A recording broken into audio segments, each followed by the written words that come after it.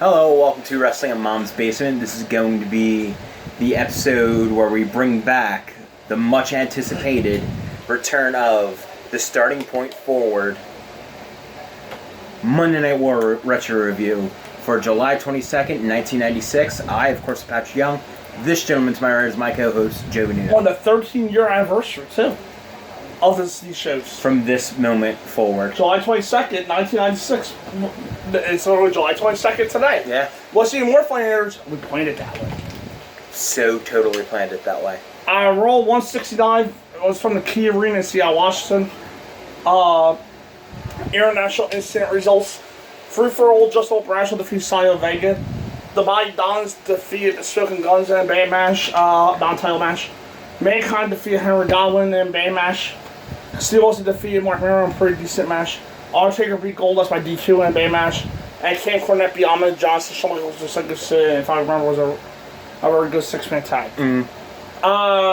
Vince starts the show by falling over Seattle while we get shots at the city. I believe this has to be one of the biggest and more relevant arenas to host for up until this point. Yeah, probably. The building looked huge. Yeah. The show starts with a tag title match pulling the Smoking Guns against WWE champion Shawn Michaels and Aaron Collins champion Ahmed Johnson. It's HBK's birthday. As Sully brings out Kate for him, the Guns attack quickly, but Shawn and Ahmed turn around because the Guns are in their league. In Shawn's league. Sully tries to put the cake in Shawn's face, but Ahmed Custer also shoves it at her and says Shawn licks some of it off. The match already begins. Girl Monsoon to attack the title match later on because Billy Gunn is disoriented and it gets hit with his switching music. Up first, Mark Miro was able to defeat the Goon in 7 minutes and 15 seconds, so his Miro just going to wrestle on jobbers and overly long matches. The Goon is infamous for his gimmick of being a hockey player. And for some reason, he was supposed to face Steve Austin. Steve Austin... After he got powerbombed by Sable. Yes. Steve Austin joins commentary. He beat Miro last night and faces the Undertaker next week. Austin. Austin says he wants to face Ahmed, HBK, and brings up Bret Hart, knock him from leaving. Jake Roberts, who missed the pay-per-view with bad ribs, calls in, only to get berated by Austin. Lord, that's the only interesting thing happened here. Miro eventually wins with a slingshot leg drop, I think it was. Yeah. Why is Mark Miro getting 10-minute jobber matches? Yeah, this took far too long. He went from being unbeaten to losing to Austin to barely being able to beat Scrubs now. Ahmed and HBK are interviewed in the back. They just basically say they're coming from more gold time. Bob Backlund campaigns in the crowd. Footage is shown from earlier today where Clarence Mason argued with Girl Monsoon about bringing someone to the WWF. Mankind defeated Frey Joe Floyd in 3 minutes 50 seconds. Floyd is actually Tracy Smothers. Vince plugs the Versailles Boiler Room Brawl set from SummerSlam to Mankind and Undertaker. Floyd shows also skill early on, but Mankind takes over and misses his trio woe. Floyd fires up but takes the obvious loss to the main dual call. Yeah, it was a squash match. A short squash match. Next week... People booking Mark Miro. Next week, Mark Miro faces Vader, while Sid does battle with Justin Hulk Bradshaw. Goldust with Marlena defeated Barry Horowitz in 219. About a year ago, Horowitz had a spot on SummerSlam. And was on a win streak. That quickly died. Brian Pillman joins commentary and threatens to say the 7 words you can't say on TV. Do you know what they are? I believe that is a completely, George Carlin comedy routine. Alright, well, we're not going to say them. Goldust dominates for the most part. Mark Miro discusses Goldust on split screen since their feud now, and Goldust promptly wins with the Kurt call. Backstage, Sully calls Shawn and Ahmed imbeciles and she guarantees that she's got home with titles. It was going well until the Guns speak, and that all this is shit, because they're bad promos, especially Bart. Slam of the week, Laura hypes this like it's a big deal. It's Vader hitting the Vader bomb with Shawn pay-per-view. Vince McMahon interviews Jim Cornette with Vader in the ring. Cornette yells a lot and announces that Girl Monsoon and War Vader shot the WWE title at SummerSlam since Vader pinned Michaels last night. Main event, my match of the night, maybe my match of the week, WWE Tag Championship. Eric Hunter and Ahmed Johnson studied champion Shawn Michaels defeats the Guns by DQ in 15-10. The Guns attack instantly, trying to show how angry they are. It backfires against them. They get sent packing so Sunny can console them. Even with a cake on here, she still looked great on that night. Yeah. Yeah, she did. Yeah, Shawn she had cake come out over here. I wouldn't mind getting some of that cake. Cake all over her clothes. Shawn got some good cake in July '96. Shawn pronounced toys with Bill. And somehow Chris Candido still didn't get the hint. Yeah. Shawn pretty much tosses Billy for the first few minutes. Ahmed also tosses Billy right through a commercial break. He nearly kills Billy on a sloppy power slam spot. Following the Guns takeover when Shawn gets dropped first on the top rope. They do the false hot tag spot, which the crowd eats up. The match lasts through a second commercial break. When the real hot tag comes, Ahmed just runs through the Guns. A spinebuster on Billy looks to be the end, but Bart pulls the top rope down Ahmed. The debut Farouk runs out in his ridiculous gladiator get up and beats on Ahmed for the DQ. And the debut of Farouk Assad. That's not my song. No, just comes Farouk. Mm-hmm. Yeah, this was actually a somewhat enjoyable tag team match. Yeah. Decent back and forth, and they actually didn't have their champions get pinned for a second week in a row. Right. Their tag team champions get pinned for a second week in a row. Because it's a tag team title match. Ah, well, that's why. Yeah, this was much better than I expected, especially involving Ahmed, Billy, and Bart. Thank God for Shawn Michaels Yeah. selling his ass off. Yeah, Shawn was very face at power line. Ahmed's fire was fun, because that's all he's good at. And the crowd, yeah. But eventually the fire dies. Right. Farouk beats Ahmed until Shawn officials break things up. Shawn and Farouk actually come to blows, as the broadcast says. Nitro, episode 45, July 22nd, 96, from the Disney MGM Studios in Orlando, Florida. Tony Schiavone and Larry Zbyszko handle hour one again and talk about Muhammad Ali lighting the torch at the 1996 Olympic Games. Due to that, they show random footage of him in the ring for a past episode event. I believe it was at Collision Korea show. The same is done for Shaq, who just recently signed with the Lakers. This feels like they're screaming we are relevant. It also just overly tries to make people believe that they're live, too. Yeah. When I think they actually are. Yeah. So I don't know why they're doing all this. Up first, Squire David Taylor with Jeeves defeats Scott Norton via DQ in 145. On Thursday, Saturday night, Norton and Walt Down Ice train in a tag match, officially break up the team. In case you missed them. Norton shows also power stuff here. He is fed with Taylor doing some uppercuts and launches him over the top for the DQ. That was the match. This may be the latest example of WCW with the over-the-top rope disqualification. Yes. It's definitely the latest example I think I've seen or heard of. Yeah, so we'll keep an eye out on that. That aren't cruiserweights. Yeah. Other than that, it was the Scott Flash Norton match where he couldn't put away a jobber.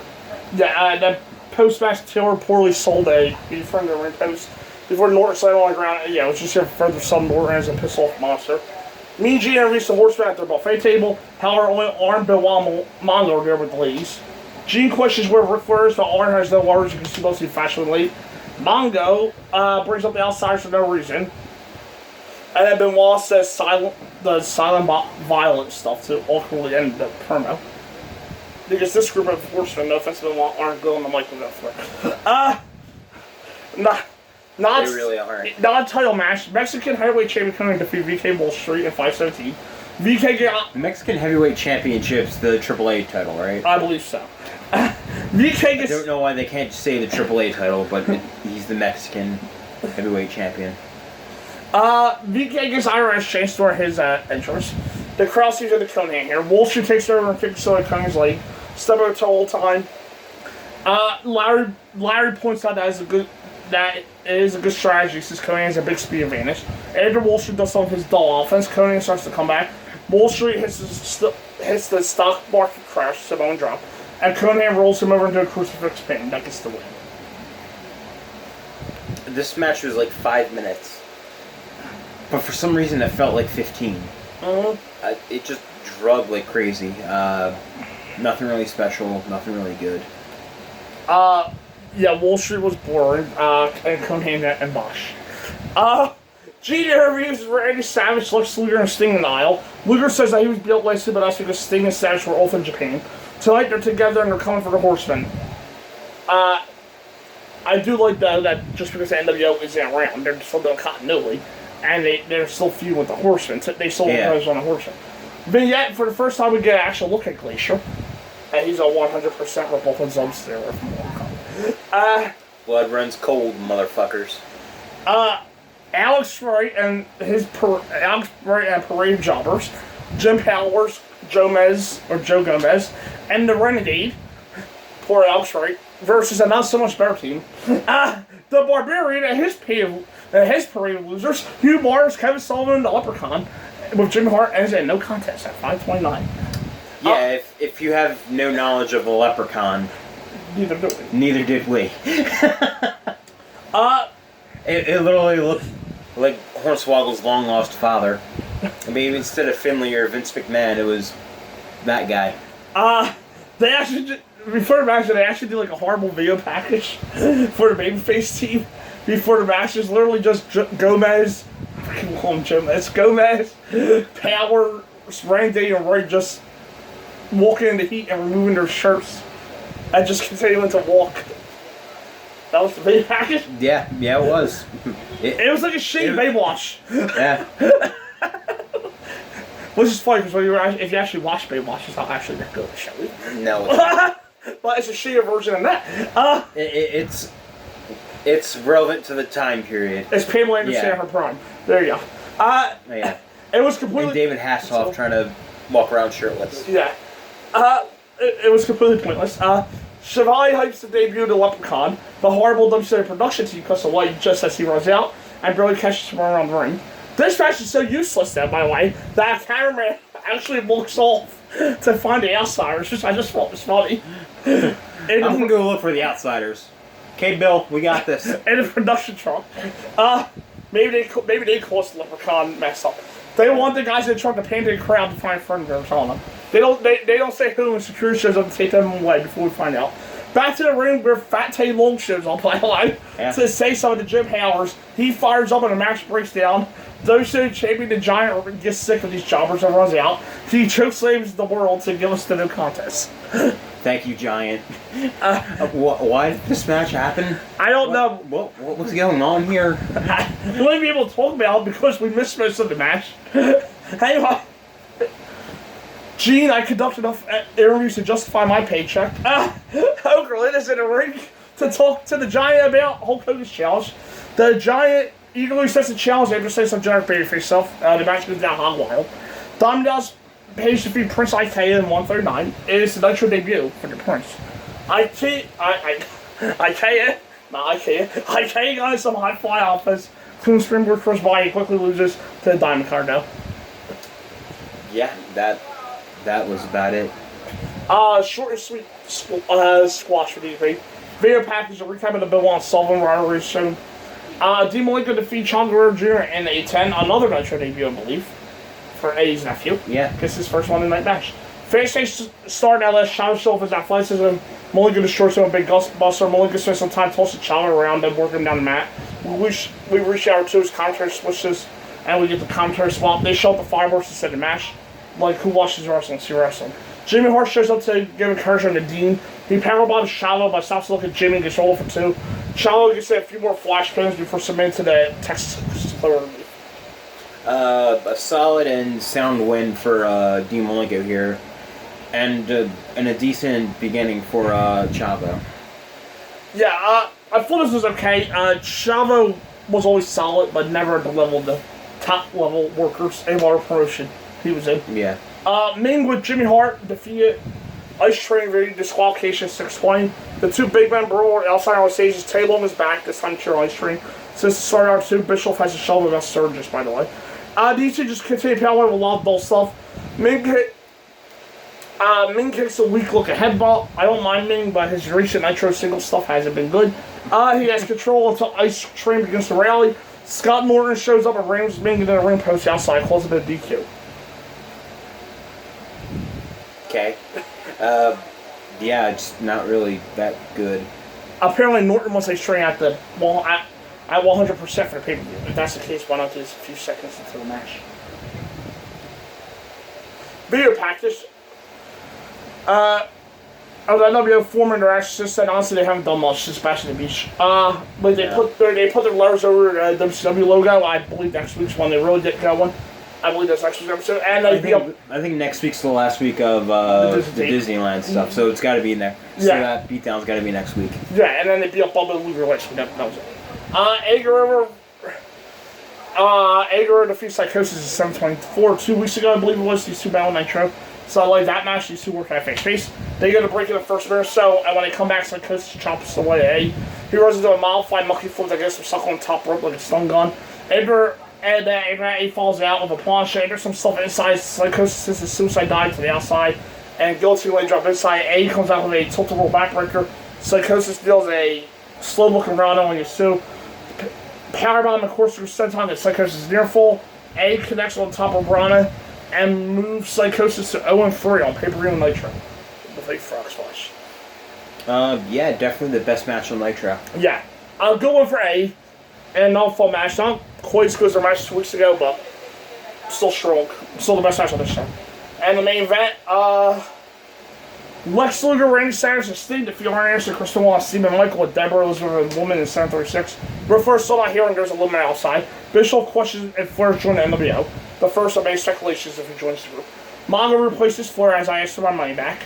But Wallace Sting go at it, giving us the most interesting appearance possible in this match. The Wallace Sting. Then Mongo ties in and all goes to shit. Sting plays a face at Peril, and breaks his neck on piss poor Mongo back suplex. Luger gets a hot tag, and you know what time it is, screaming clotheslines. Deborah goes to give Mongo the briefcase, but for some reason the woman fight over it. Savage comes over. Deborah and woman, yeah. Yeah, Deborah and woman, not Liz. Savage comes over and takes and calls the Bishop to say that he got his money back. So all this time she didn't have Savage's money for the divorce. That and who keeps all their money in a briefcase? Not like, I don't know, a bank account. It wasn't in a bag or anything. It was in a briefcase at Deborah carries. Yes. Whatever. Luger pins the wall after he gets hit with the briefcase. After it was probably also spent after 6 months too. Right. Yeah, that happened. Outside Mongo, it was. Yeah, decent. outside Mongo, it was decent. It was decent. Gene interviews the winners, and Sting says that Hog Wild is going to be a bad day for the outsiders. He also mentioned some like horoscope stuff that thought wasn't very good because I don't remember. And then Luger Valor ends on the NWO. Nitro won this week. Okay, yeah, because they just started their 83-week streak like a couple weeks ago. Yeah, 2.6 to 2.2. For Raw, that kind of had the strongest match on Raw weeks. I would give it like a 5-ish. 4.5, 5-ish. I was going to give it a 4. And, for the most part, it was enjoyable. The opening segment was fun. Sonny looks great with Kate.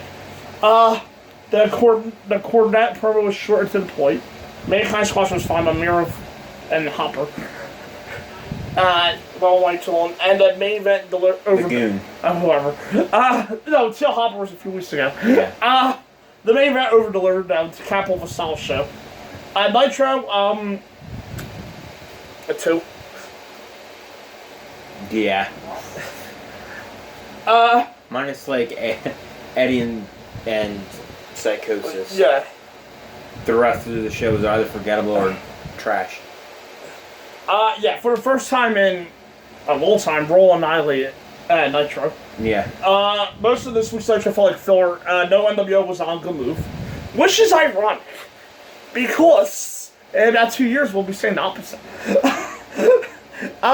Get the NWO off the TV screen. And the Ric Flair not showing up angle was just odd. The Guerreros and Coast match was the only thing I considered to be good. Everything else was just kind of there.